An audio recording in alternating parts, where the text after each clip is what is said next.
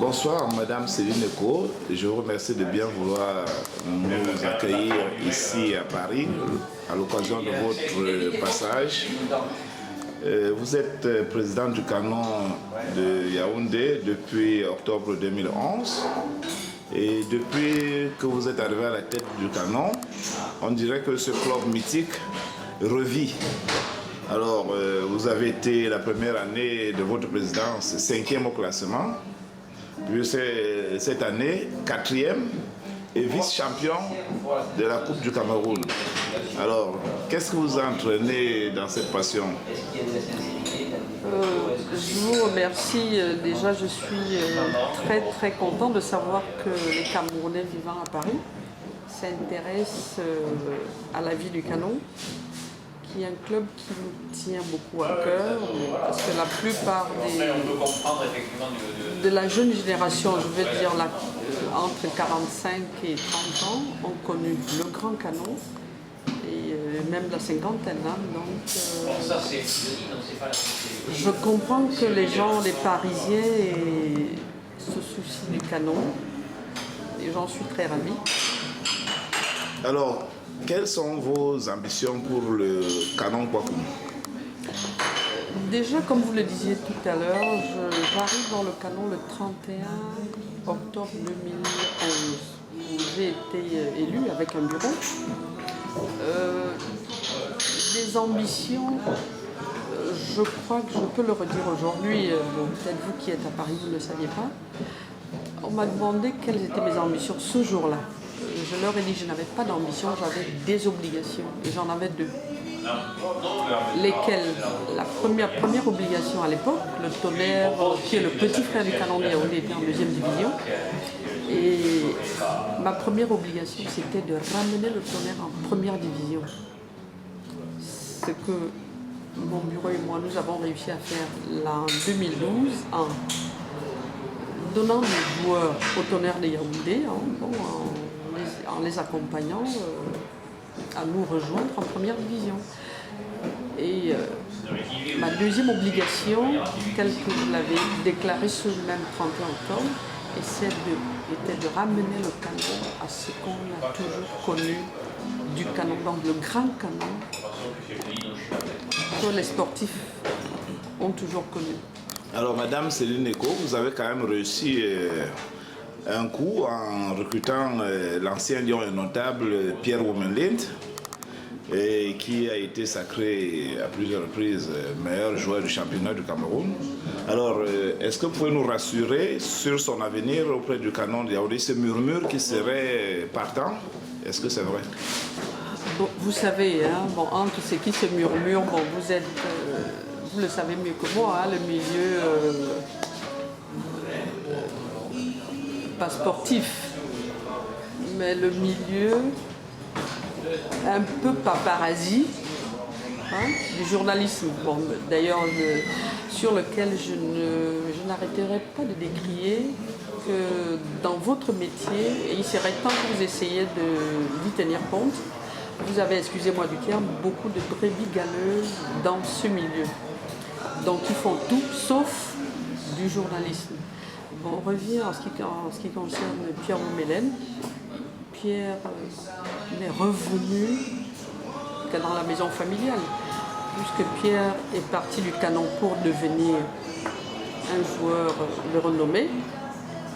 Et en rentrant au Cameroun, c'était normal que Pierre revienne dans le canon. Et la chance lui a souri qu'en arrivant au Cameroun, que je sois PCA du canon, et je l'ai accueilli à bras ouverts.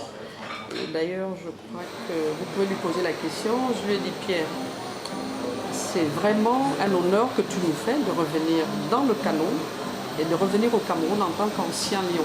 Ce que beaucoup de tes frères n'arrivent pas à faire. Donc, la seule chose que le canon peut t'apporter, tu es à l'abri du besoin, mais tu vas apporter ton savoir-faire à tes petits frères et à nous aider, à les encadrer.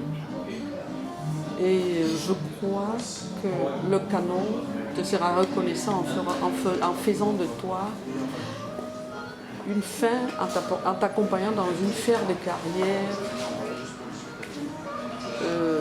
D'accord, Madame Céline Eko.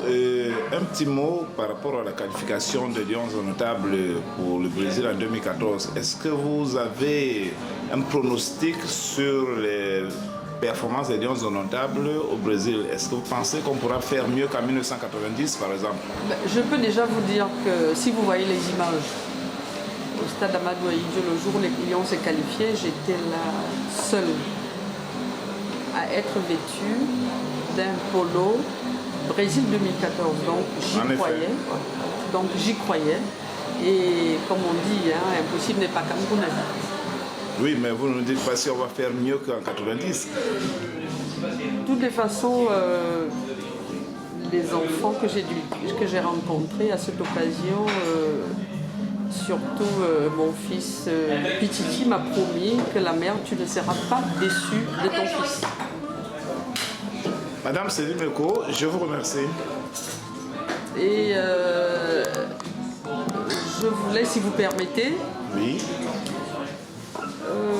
vous dire quelques petits mots concernant le Canon. Vous savez que le Canon, c'est une équipe très compliquée. Oui, en effet.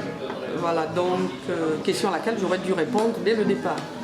Le Canon est une équipe très compliquée et vous avez dû avoir aujourd'hui entre ce qui s'est dit entre le Conseil des sages, entre guillemets, qui n'a qu'un rôle consultatif dans les statuts du Canon.